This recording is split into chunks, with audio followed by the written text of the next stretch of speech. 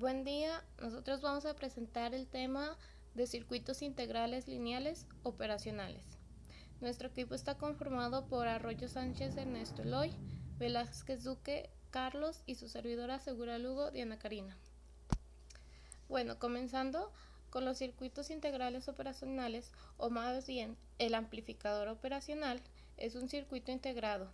Su principal función es amplificar el voltaje.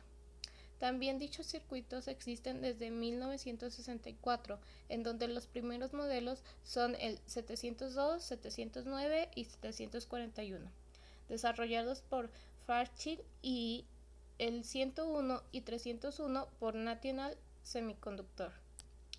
La salida al mercado de los amplificadores operacionales solventó en gran medida la ardua tarea de amplificar señales con transitores.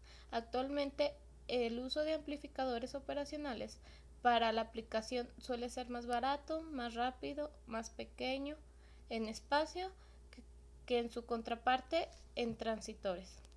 También con un amplificador operacional puedes realizar temporizadores o detectores de voltaje, sería otra, como los muestra ahí en la imagen. El primero es un temporizador y el de abajo es un detector de voltaje. También puedes acondicionar señales para ADC y mucho más. En el diagrama o símbolo de un amplificador operacional, incluye al conjunto de dos entradas y una salida. Un amplificador operacional tiene una entrada positiva y otra negativa. Como aquí se muestra en el diagrama, tiene una entrada positiva que viene siendo la de arriba y abajo está la negativa. Clasificación. Dentro de la clasificación encontramos a los amplificadores inversores y los no inversores. Un amplificador operacional no inversor es aquel que esencialmente es el tipo base, incrementa su ganancia de señal sin ningún otro proceso adicional. Y un amplificador operacional inversor es aquel que aumenta la ganancia de señal y también revierte la polaridad de la señal de salida. Amplificador seguidor. Un amplificador seguidor se usa para aumentar la señal de los circuitos con voltajes variables y también se usa para prevenir el daño a cambios sujetos al voltaje. Amplificadores de suma y resta. Un amplificador de resta saca una señal que es igual a la resta de sus dos entradas, y el amplificador de suma combina diferentes voltajes de un número de entradas y saca una ganancia basándose en los voltajes combinados. Amplificadores integradores y diferenciadores.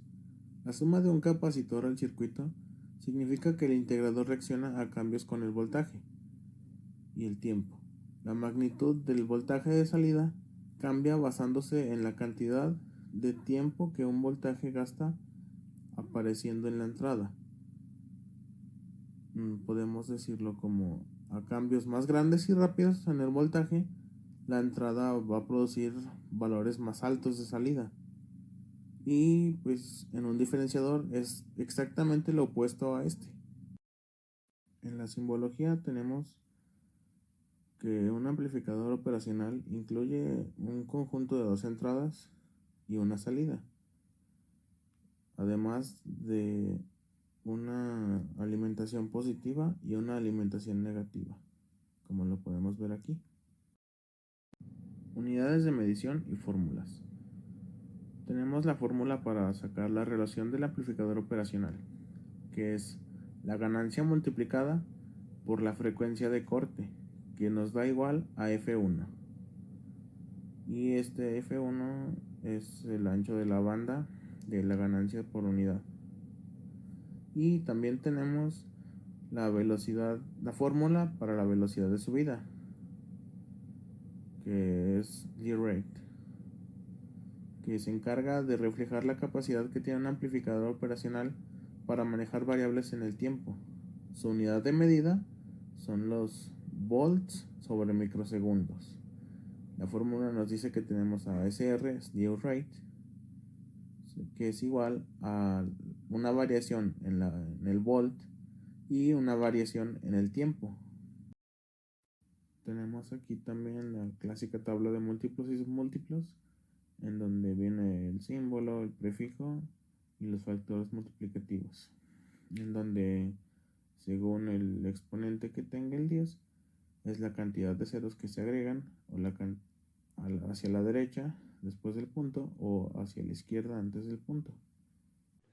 Voy a presentar el tema de medidas de identificación de los circuitos operacionales amplificadores. Bueno, pues un poco de historia para entrar en razón. Fueron creados cerca de los años 40. Alrededor de 1945 se crearon los primeros amplificadores operacionales que funcionaban con válvulas. Fueron denominados como primera generación. 10 años después, en 1955, se crearon a base de transistores, lo cual se conoció como segunda generación. Existen diferentes modelos de circuitos operacionales. Yo ahorita les voy a hablar únicamente LM741. Existe también el MC741, el CA1741, el SN741, entre otros.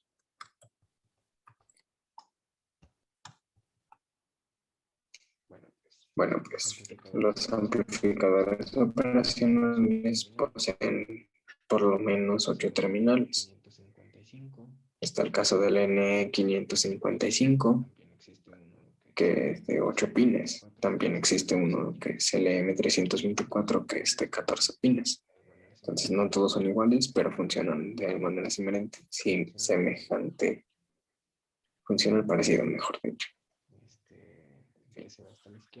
El que se ve hasta la izquierda en la parte de arriba es el diagrama del circuito integrado 741, el cual pues es de 8 pines y es del que les voy a hablar en esta presentación. Bueno, pues el circuito operacional 741, como ya se mencionó, pues es de 8 pines, el cual está conectado de la siguiente manera. El pin 1 y 5 son destinados al equilibrio del AOP, que por AOP nos referimos a amplificador operacional. ¿A qué nos referimos con equilibrio? Pues prácticamente son al GND o ground, que significa tierra, prácticamente. El pin 2 es la entrada inversora, el pin 3 es la entrada no inversora, que hace referencia con esto a que pues prácticamente de ahí es la señal que entra y es la que nos tiene que amplificar. Este circuito prácticamente es eso. Pues el pin número 4 es la alimentación negativa, que sería el negativo de la pila. El pin número 6 sería la salida, la cual pues es la salida de audio o de cualquier conexión que nosotros busquemos amplificar. La 7, bueno, el pin número 7 o la pata 7 es la alimentación positiva de nuestra batería. Y el pin número 8 pues en realidad no es utilizado en este circuito integrado. Tenemos una nota que nos indica que no todos los circuitos integrados se conectan de esta manera. No todos los que sean de 8 pines van a ser conectados así. Puede variar en las entradas o puede variar en las salidas. Y el circuito que se ve en medio, pues otra vez prácticamente es la forma en que iría conectado, viéndolo internamente. La parte de arriba se ve cómo está conectado tanto internamente y el número de los pines ordenados de manera correcta con su respectivo, ¿cómo decirlo? Con su respectivo nombre en cada pata. Después, pues, nos preguntaremos cómo identificar los pines. Bueno, pues cada circuito integrado cuenta con una pequeña hendidura o muesca sobre el cual nos vamos a guiar. Prácticamente todos los circuitos integrados tienen una muesca o un punto de referencia, el cual pues nos ayuda a identificar desde el primer pin y a partir de ahí nos daremos cuenta cómo numerarlo, por así decirlo. Entonces, pues en el diagrama de aquí abajito, o en el dibujo, nos podemos dar cuenta de que tiene una pequeña muesca en la parte del medio, que sería esta partecita de aquí. Y también tiene un pequeño punto blanco aquí. Entonces, A partir de ahí, contamos en sentido contrario a las manecillas del reloj, en este orden, en forma horizontal, sería de izquierda a derecha, empezando por la parte de abajo, que sería la patita 1, 2, 3, 4, de izquierda a derecha. Siguiendo con la parte de arriba sería de derecha a izquierda, 5, 6, 7 y 8. Bueno, pues, como yo dije, pues busqué acerca del circuito integrado LM741. Como ya se mencionó constantemente, pues es de 8 pines. Tiene una alimentación de más o menos 12 voltios, más o menos 15 y más o menos 9 voltios. O sea que funciona con cualquier voltaje de esos tres. Más o menos, puede variar un poco, pero de preferencia que no exceda los 15 voltios. Pues tiene una temperatura de funcionamiento a partir de los 0 grados Celsius.